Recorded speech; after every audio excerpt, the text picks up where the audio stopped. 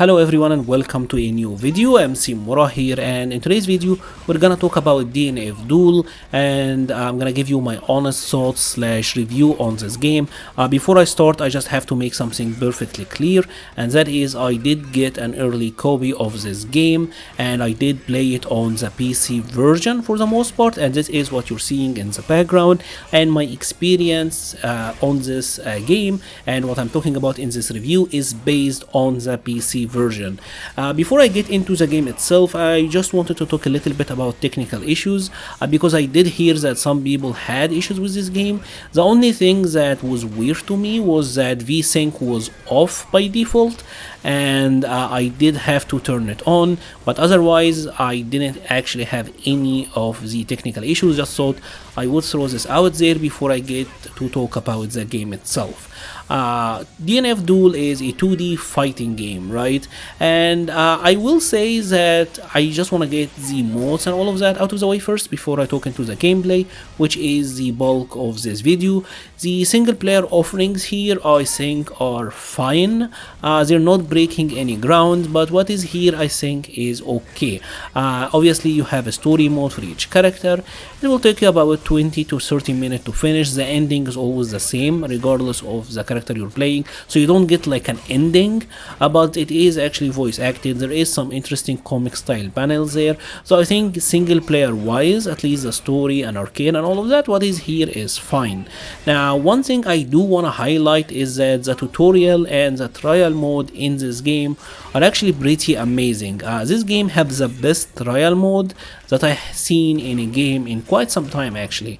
It's not that they are challenging combos, but obviously they are challenging, but what I like about the combos here is that they are also pretty useful. They will give you a pretty good idea about the combo routes for this character, for each character, and like what you can do with them, and the general tutorial on each character will also teach you a lot about how you can use them. Like I honestly purely learned grappler just by doing the tutorial and the trials, and I didn't honestly look into any of the online resources for the character, and I seem to be doing just fine. So that is something that I think have to be commended. Another thing that I will say is pretty good here is the online. I had one laggy match in like 100 maybe, and I thought it was actually very good. I did play game from Egypt all the way to United States 190 millisecond ping, and it played. I'm not gonna say it played like it's offline, but it played. It was playable, which is honestly pretty amazing. The lobbies are functional as well. Not the best thing in the world, but they are functional, right? And that is always important. I am not a fan of bloating the game with unnecessary features or a ton of focus on lobbies and whatever Strive is trying to do. I think what they did in DNF is simple. The game is simple, interface is simple, and it works, and that's fine. Now the roster and its size is a point of contention. I've seen a lot of people be annoyed by it. It is a 16 character roster, and I think that is okay. I know some people want like 20 and plus, like you want to have 20, 25, whatever characters, but I think 16 is alright. Honestly, for what they're going for and how crazy that game is, I feel like 16 is a decent number, and you have to consider that they're not really charging full price on that. So when it comes to offering tutorial, online, and all of the modes, I think the game is very serviceable for the amount of money that they're serving and the quality of especially the tutorial, trials, and online.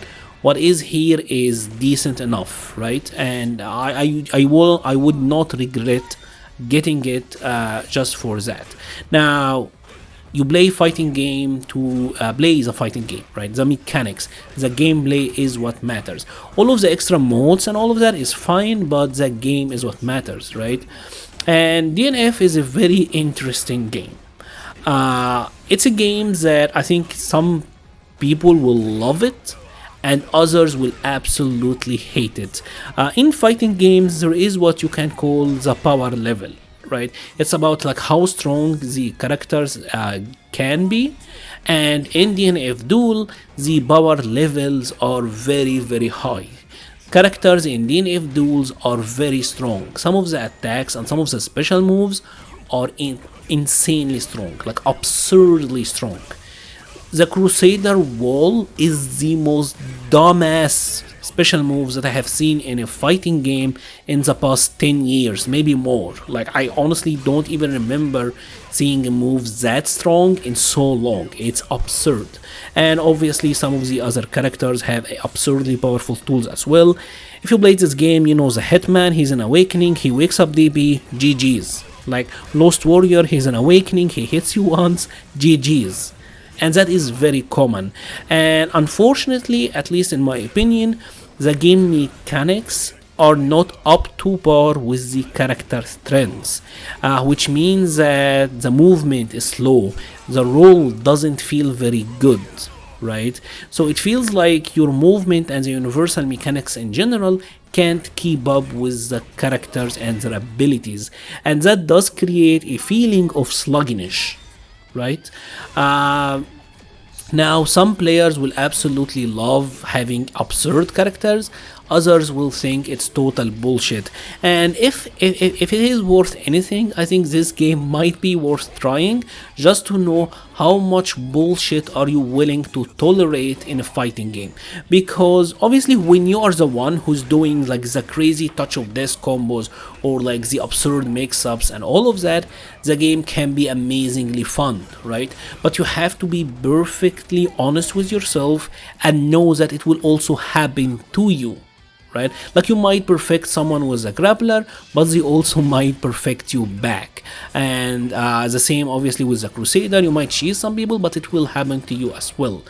Some will tolerate it, some will not. And honestly, on a competitive level, like if I'm saying, I'm gonna play this game, I'm gonna be amazing, I'm gonna enter tournaments, like I think that's a very hard sell. Like if I'm being completely honest, because like you will get 10 years older just by playing this for a month on a competitive level.